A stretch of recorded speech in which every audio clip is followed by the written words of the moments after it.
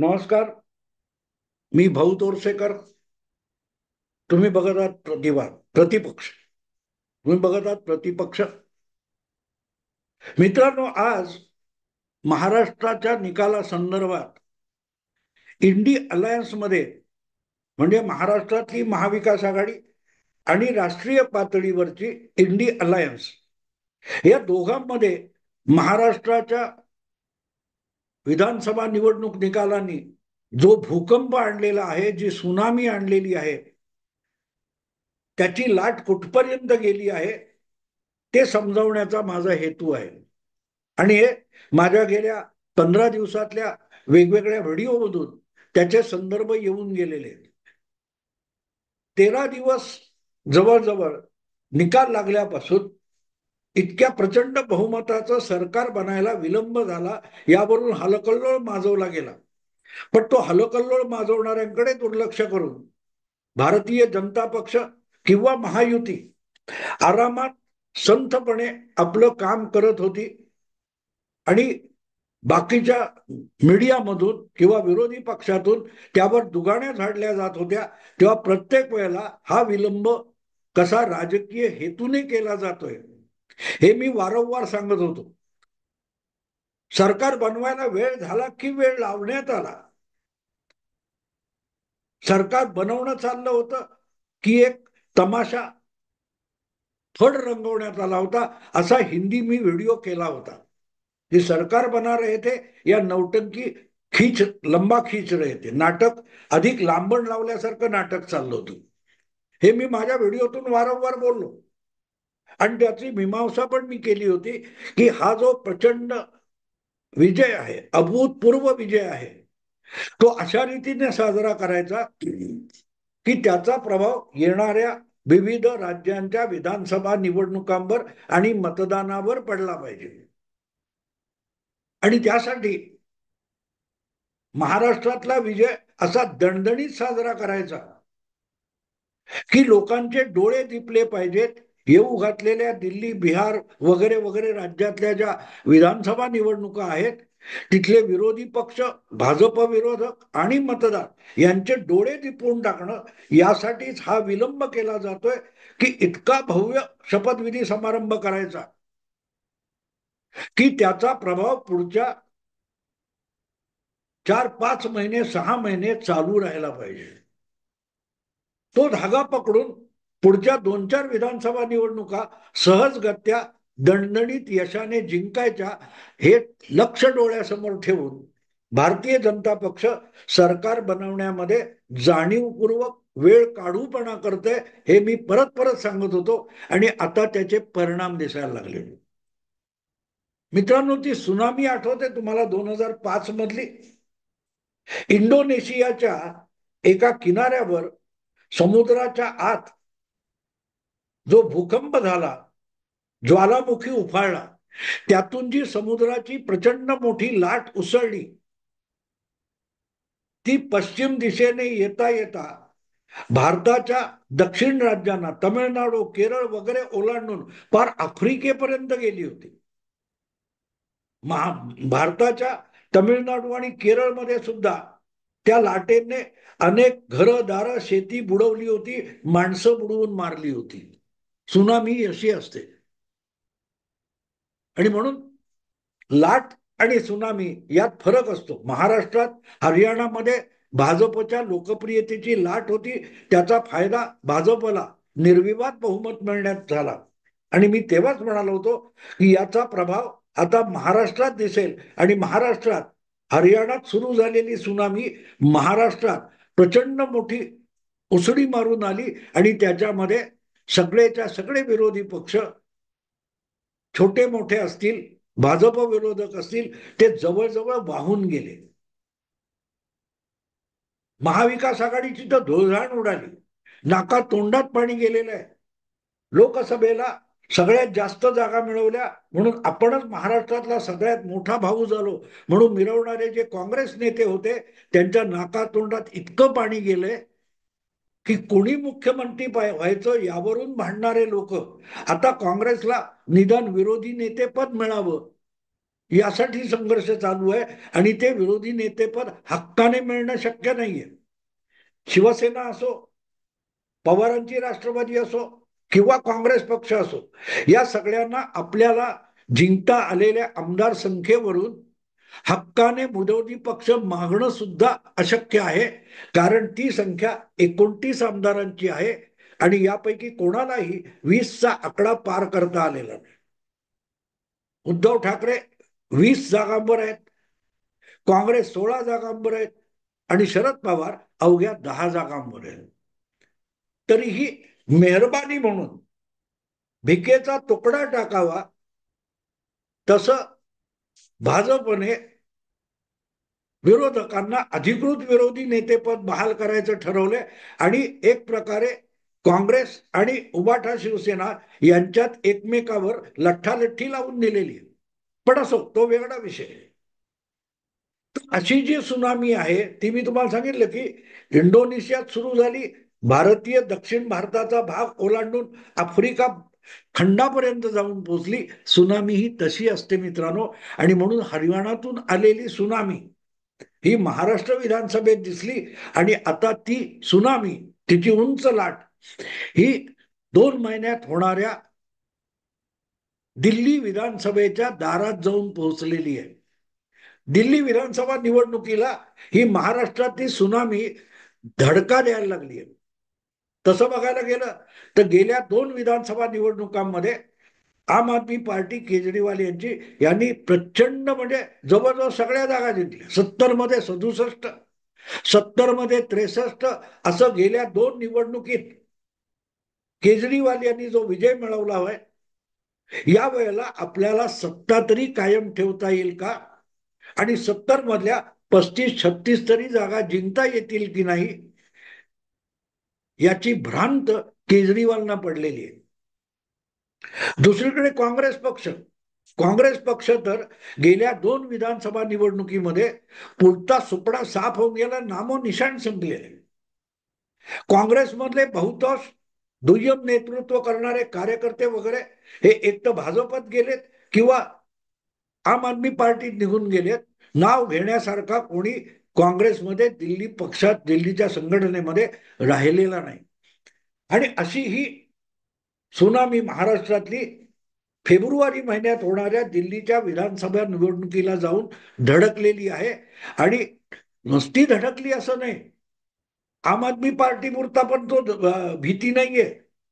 ही भीती एकूण इंडी अलायन्सला धडकी भरवणारी आहे. आणि म्हणून दिल्ली विधानसभा निवडणुकीपूर्वी आणि त्यानंतर येणाऱ्या बिहार विधानसभा निवडणुकीपूर्वी इंडी अलायन्सची धोरणं, रणनीती आणि नेतृत्व यामध्ये आमूलाग्र बदल करण्याच्या धावपळी सुरू झालेल्या आहे.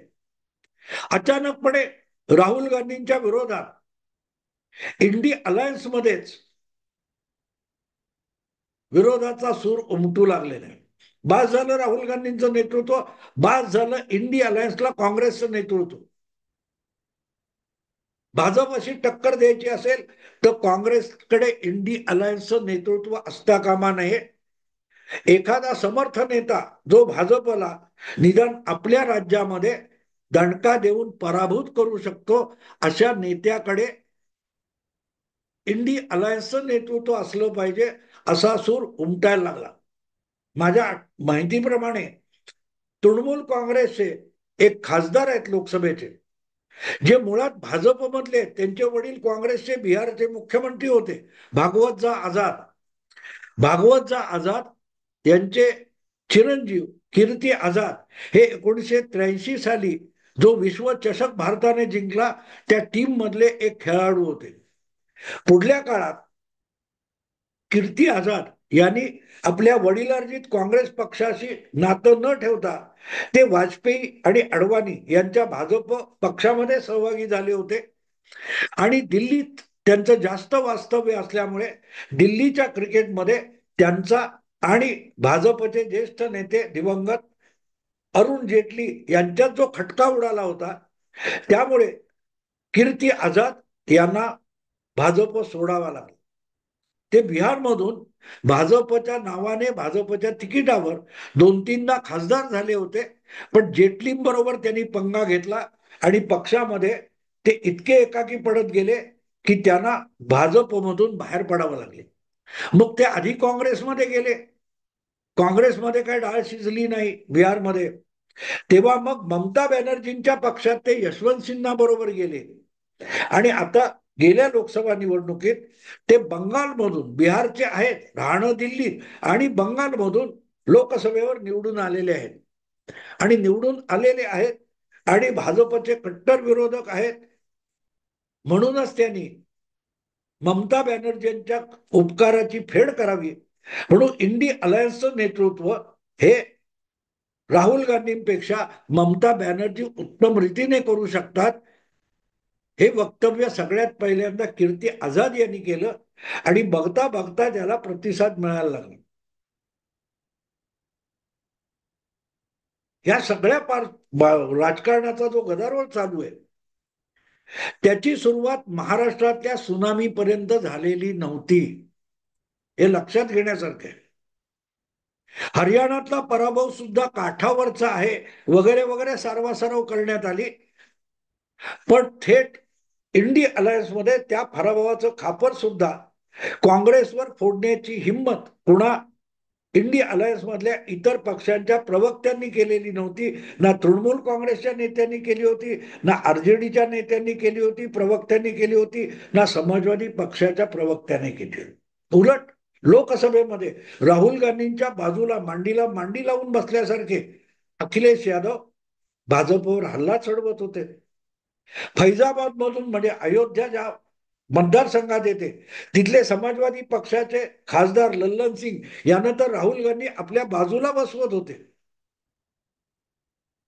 पण हे सगळं जो काय चेहऱ्याला लावलेला रंग होता हा महाराष्ट्रातल्या निवडणूक निकालांनी आणलेल्या सुनामीने धुतला गेलाय आणि त्यामुळे इंडी अलायन्स मध्ये आता भाजप विरोधाचं नेतृत्व कोणी करायचं यावरून खडाजंगी उडालेली. उघडपणे अजूनही त्यावर कावूर माजलेलं नाही, गदारोळ सुरू झालेला नाही, पण बदल व्हायला पाहिजे असे सूर उमटायला लागले, सूर उमटायला लागले. आणि ममता दिदींनी सुद्धा साधारणतः इतर पक्षांची चाचपणी केल्यानंतर आपण नेतृत्व करायला इंडी अलायन्स तयार आहोत असं उघडपणे सांगून टाकलेलं आहे. आणि ते सांगताना आणखीन एक जमेची बाजू त्यांनी आपल्या मित्र पक्षांसमोर पेश केली आहे की आपण बंगालमध्ये राहूनच इंडी अलायन्सचं नेतृत्व करू. याचा अर्थ ममता बॅनर्जी असं सांगतायत की आपण पंतप्रधान पदाच्या शर्यती देणार नाही, आपण इंडी अलायन्सचं नेतृत्व करू, मोदी आणि भाजप विरोधी राजकारणाचं नेतृत्व करू, पण आपण मोदींना पराभूत करून पंतप्रधान व्हायची महत्वाकांक्षा अजिबात बाळगत नाही. आपण भाजपला हरवण्यापुरती आपली महत्वाकांक्षा मर्यादित ठेवतोय आणि त्यामुळे इंडी अलायन्स मध्ये जे इतर कोणी पंतप्रधान पदावर डोळा ठेवून असतील त्यांच्या मार्गात आपण आडवे येणार नाही. राहुल गांधी आणि ममता दिदींच्या नेतृत्वामध्ये हा फरक आहे. राहुल गांधींना मोदींना हरवायचं आहे, त्यासाठी इतर मित्र पक्षांची मदत पाहिजे, पण पंतप्रधान पद मात्र काँग्रेससाठीच असेल. काँग्रेस शिवाय आणि अर्थातच काँग्रेसमधल्या राहुल गांधींशिवाय दुसरा कोणी पंतप्रधान होऊ शकत नाही. ही काँग्रेसची भूमिका ठाम आहे, स्पष्ट आहे आणि इथेच सगळी गल्लत आणि गडबड होते. तुम्हाला आठवत असेल मित्रांनो, मला वाटतं पाटण्याला नितीश कुमारांनी जी इंडी अलायन्स बनवण्यासाठी पहिली बैठक घेतली होती त्यानंतर दुसरी बैठक ही बंगलोरला झाली होती आणि बंगलोरच्या बैठकीमध्ये ममता दिदींनी अचानक काँग्रेसचे अध्यक्ष मल्लिकार्जुन खरगे यांचं पंतप्रधान पदासाठी आणि आपोआपच इंडी अलायन्सच्या काय ते निमंत्रक पदासाठी कन्व्हेनर म्हणून नाव सुचवलेलं होतं. खरगे इतके घाबरले की त्यांनी तिथल्या तिथे आपलं नाव नको म्हणून सांगून टाकलं होतं. पण सांगण्याचा हेतू असा की आपल्याला राहुल गांधी इंडी अलायन्सच्या नेतृत्वपदी नको, हे ममता दिदींनी फार पूर्वी सांगून टाकलेलं आहे.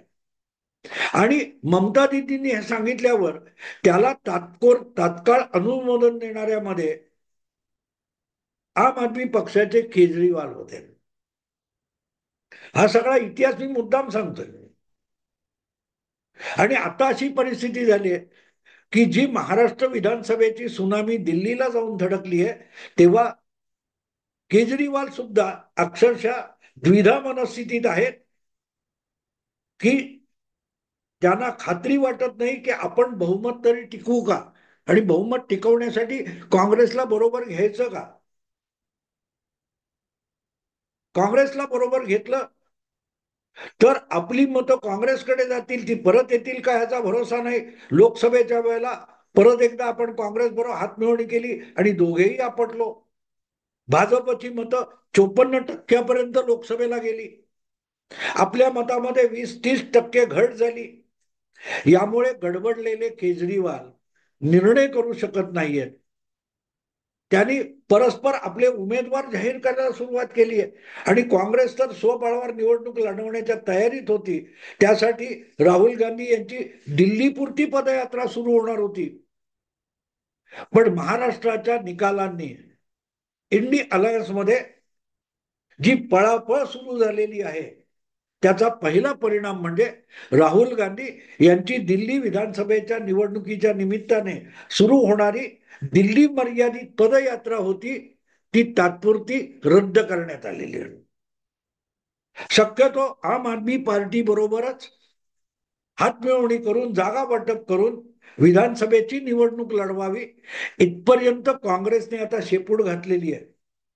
पण काँग्रेसला बरोबर घ्यायचं की नाही, काँग्रेसला बरोबर घ्यायचं की नाही, या द्विधा मनस्थितीत केजरीवाल सापडलेले. आणि त्याचं कारण सरळ आहे की लोकसभेची निवडणूक दोन पक्षांनी एकत्र मिळवल्यानंतर त्या दोन पक्षांचा जो एकमेकांच्या विरुद्ध असलेला मतदार होता तो दोघांनाही सोडून भाजपकडे गेला आणि भाजपची मतं ही लोकसभेला 54% 55% पर्यंत जाऊन पोहोचली. त्याची पुनरावृत्ती केली तर आजच आपण दिल्ली विधानसभा हरलोय याच्या भीतीने केजरीवाल गांगरलेले आहेत, ते तुरुंगात गेलेत, त्यांच्यावरचे खटले चालू आहेत, त्यांच्या अनेक नेत्यांवरचे खटले चालू आहेत, जामिनावर अनेक जण बाहेर आहेत. आणि अशा वेळेला काँग्रेसला सोबत घ्यावं की न घ्यावं याविषयी आम आदमी पार्टीत गडबड चालू आहे. आणि त्यांच्यामध्ये समझोता घडवून आणायचा, दोघांनी मतविभागणी टाळावी यासाठी शरद पवार खास प्रयत्न करत आहेत. त्यांनी केजरीवालांना आपल्या दिल्लीच्या निवासस्थानी बोलवून घेतलं. काँग्रेसचेही बाळासाहेब थोरात सारखे महाराष्ट्रातले नेते पवारांच्या घरी गेले होते. हे सगळं बघितलं तर एक गोष्ट कळते की हरियाणातून निघालेली जी लाट होती ती महाराष्ट्रात आली आणि महाराष्ट्रात त्याची जी सुनामी झालेली आहे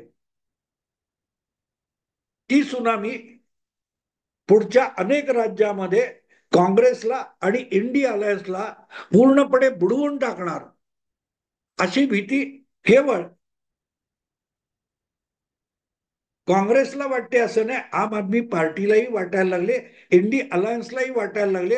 म्हणून एकीकडे ईव्हीएम बद्दल नाटकं करायची आणि दुसरीकडे शक्यतो येणाऱ्या सगळ्या निवडणुकांमध्ये जागा वाटप करून कसं बसं आहे ते टिकवायचं किंवा पार अगदी कमरेची चड्डी काढून घेतली जाईल असं तरी होऊ नये. महाराष्ट्रात ते झालंय.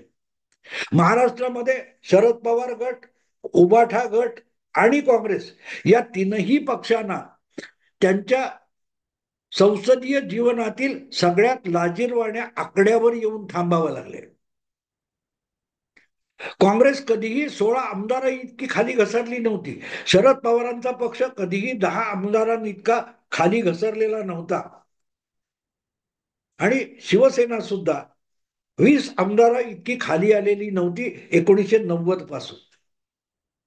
त्यामुळे तशी ती लाट दिल्लीत येऊन भिडली, धडकली तर मग आपली चड्डी तरी जागेवर राहील का, आपल्या कमरेची लंगोटी तरी जागेवर राहील का, ही चिंता केजरीवाल भेडसावते. तसं बघितलं तर काँग्रेसच्या कमळेला चड्डी पण नाहीये. कारण गेल्या दोन निवडणुका 2015 आणि 2020 या दोनही विधानसभा निवडणुकामध्ये काँग्रेसला दिल्ली विधानसभेमध्ये एकही आमदार निवडून आणता आलेला नाही. यावेळेला निदान लंगोटी हाती लागावी अशी जरी काँग्रेसला चिंता असेल, तरीही ते म्हणतील आम आदमी पार्टीला आम्हाला एक 10-15 जागा द्या, एक आमदार निवडून येऊन दे, पुरे आमचा पक्ष दिल्लीच्या विधानसभेत दिसू दे. केजरीवालना चिंता आहे ते 20-25 करता येतील, पण ते 45च्या पुढे 35-37च्या पुढे कसे न्यायचे. त्यासाठी काँग्रेसचा उपयोग होईल की काँग्रेसमुळे आणखीनच आपली संख्या घटेल. भाजप आणि विरुद्ध सगळे असं ध्रुवीकरण झालं तर आपल्या हातात आहे ते सुद्धा दिल्लीत गमवावं लागेल, ही चिंता केजरीवालना भेडसावते. आणि म्हणून आत्ताची परिस्थिती एवढी आहे की महाराष्ट्रात जी सुनामी आली, ती सुनामी आता फेब्रुवारीत होणाऱ्या दिल्ली विधानसभेच्या निवडणुकीला धडका द्यायला लागलीय, जाऊन धडकलीय आणि तिथल्या इंडी अलायन्सला, आम आदमी पार्टीला धडकी भरलेली आहे. मित्रांनो, आता इथेच थांबतो. आवडलं लाईक करा, शेअर करा आणि प्रतिपक्षाला सबस्क्राईब करा. नमस्कार.